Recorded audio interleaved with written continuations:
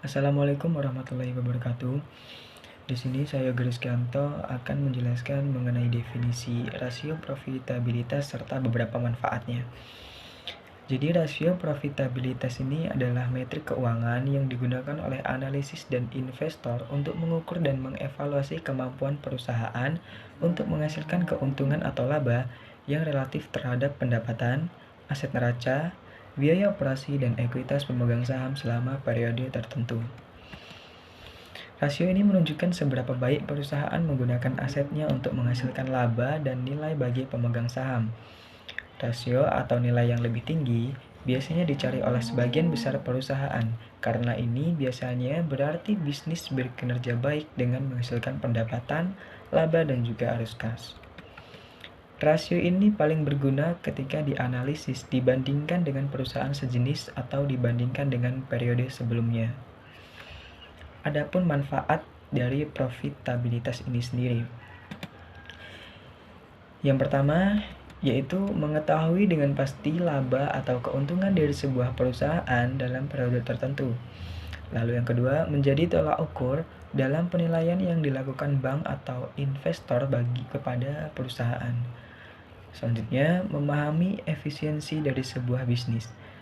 Lalu ada bagi manajer perusahaan, rasio profitabilitas ini bisa menjadi pegangan untuk mengevaluasi kinerja dalam perusahaan. Lalu yang terakhir menjadi tolak ukur bagi trader saham dalam nilai apakah saham suatu perusahaan itu layak dibeli atau tidak. Baik, selanjutnya akan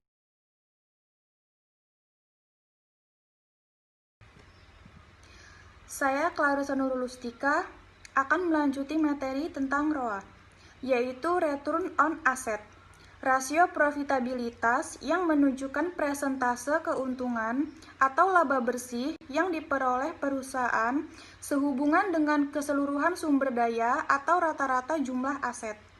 Dengan kata lain, Return on Asset atau disingkat dengan ROA ini adalah rasio yang mengukur seberapa efisien suatu perusahaan dalam mengelola asetnya untuk menghasilkan laba selama suatu periode. ROA dinyatakan dalam persentase (persen). ROA atau Return on Asset ini dapat membantu manajemen dan investor untuk melihat seberapa baik suatu perusahaan mampu mengkonversi investasinya pada aset menjadi keuntungan atau laba.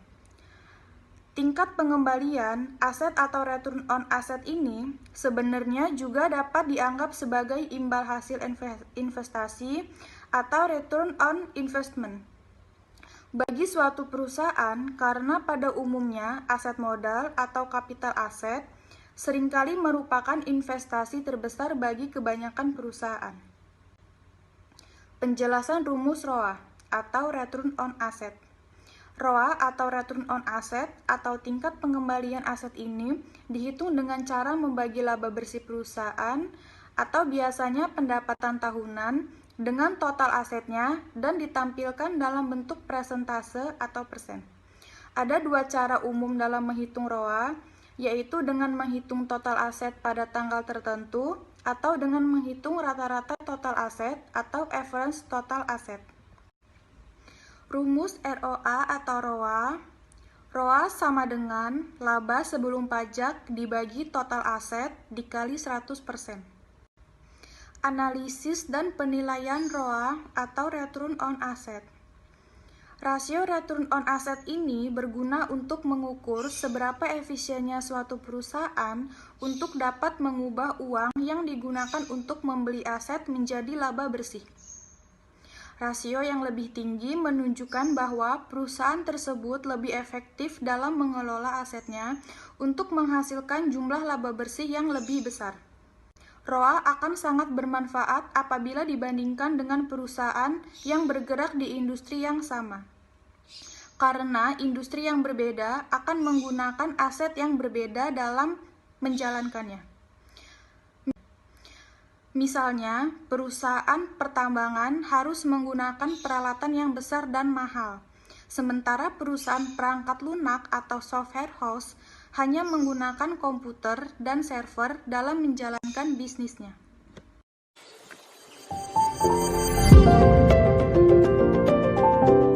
Assalamualaikum warahmatullahi wabarakatuh.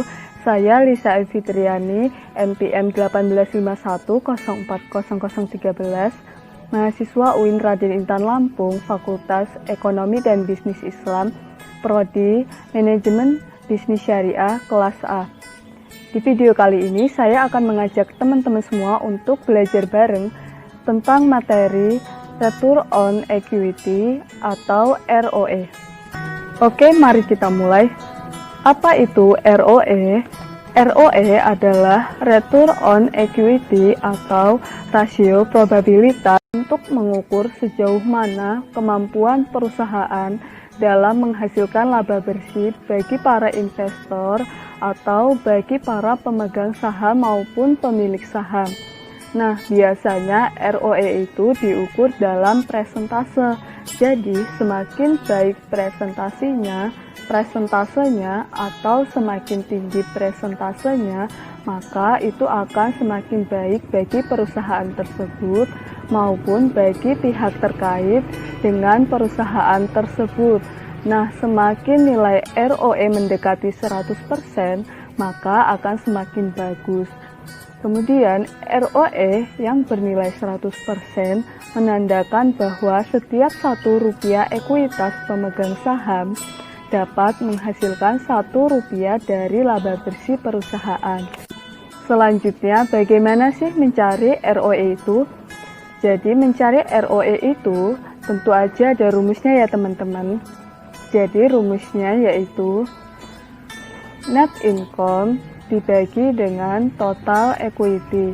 Tentu saja dalam net income suatu perusahaan atau total equity suatu perusahaan itu kita dapat melihat pada laporan keuangan.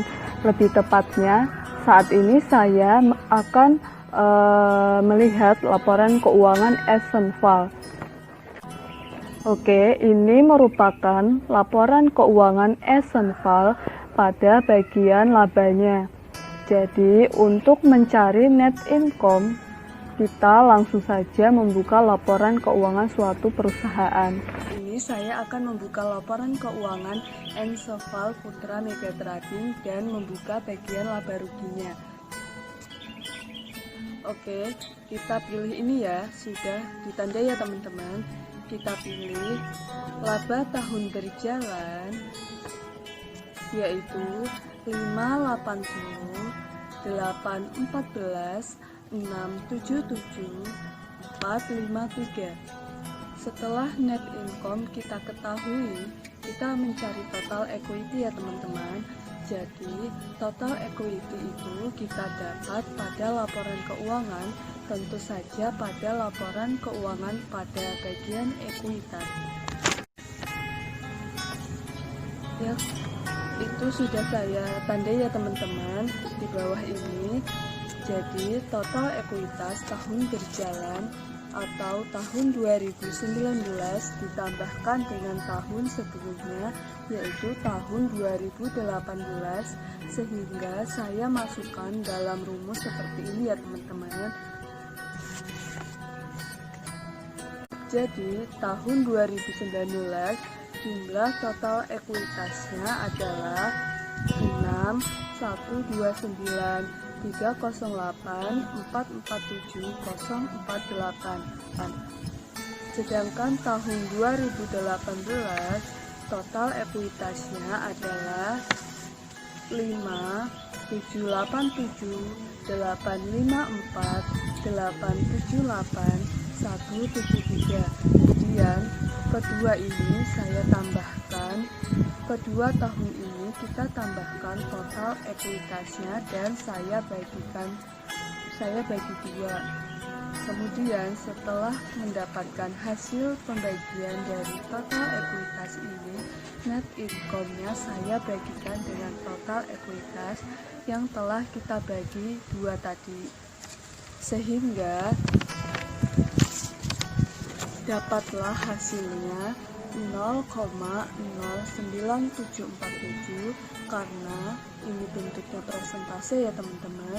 Jadi tentu saja kita harus mengkalikannya dengan 100. Saya kalikan dengan 100, maka dapat hasilnya 9,74%. Oke, jadi begitu ya teman-teman untuk mencari ROE-nya. Terima kasih sudah menyaksikan video ini. Mohon maaf apabila ada kesalahan. Wassalamualaikum warahmatullahi wabarakatuh. Assalamualaikum warahmatullahi wabarakatuh. Saya Rian Pangestu. Di sini saya akan menjelaskan mengenai net profit margin atau yang biasa disingkat dengan NPM. Net profit margin ini merupakan sebuah rasio yang digunakan untuk mengukur persentase laba bersih suatu perusahaan terhadap hasil penjualannya. Net profit margin ini dilakukan dengan tujuan untuk mengukur seberapa besar laba bersih yang dihasilkan suatu perusahaan dibandingkan dengan penjualan bersihnya. Nah, agar lebih memahami mengenai net profit margin ini, contohnya begini. Misal, setiap sore dan malam Pak Yogi berjualan gorengan, dan ternyata total dari penjualan tersebut terkumpul dana hingga 5 juta dalam sebulan. Tapi, setelah dikurangi biaya-biaya seperti modal beli tepung terigu, gas, minyak goreng, cabai, dan lainnya, ditambah mungkin karena di tempat tersebut ada istilah tarikan rutin dari kelurahan, atau kalau dalam perusahaan resmi kita bahasakan dengan pajak, maka dari total penjualan tersebut kita kurangi lagi. Kemudian, karena Pak Yogi ini meminjam uang dari koperasi dan harus ada setoran rutin tiap bulannya, maka margin setoran tersebut kita kurangi lagi total penjualannya. Alhasil, setelah ditotal ternyata tersisa 2 juta saja. Nah, inilah yang kita sebut dengan laba bersihnya. Dari penjelasan di atas, kita sudah mengerti sedikit mengenai apa itu net profit margin. Nah, rumus untuk menghitung net profit margin ini yaitu net profit margin sama dengan laba bersih setelah pajak dibagi dengan pendapatan penjualan bersih dikali dengan 100%. Contoh, berdasarkan laporan per tanggal 31 Juni 2018, pendapatan penjualan bersih PT Mitra Jaya Teknik adalah sebesar 236 juta. Sedangkan laba bersih setelah pajak perusahaan ini adalah 100 juta. Berapakah margin laba bersih atau net profit margin PT Mitra Jaya Teknik? Diketahui bahwa tadi penjualan bersih atau pendapatan penjualan bersihnya 236 juta. Sedangkan laba bersih setelah pajaknya 100 juta. Maka untuk menentukan net profit marginnya yaitu 100 juta dibagi dengan 236 juta dikali 100%. Maka hasilnya adalah 42,4%. Jadi net profit margin PT Mitra Jaya Teknik adalah sebesar 42,4%. Mungkin itu saja yang dapat kami sampaikan. Kurang lebihnya kami mohon maaf. Kami akhiri. Billahi taufiq wal hidayah. Wassalamualaikum warahmatullahi wabarakatuh.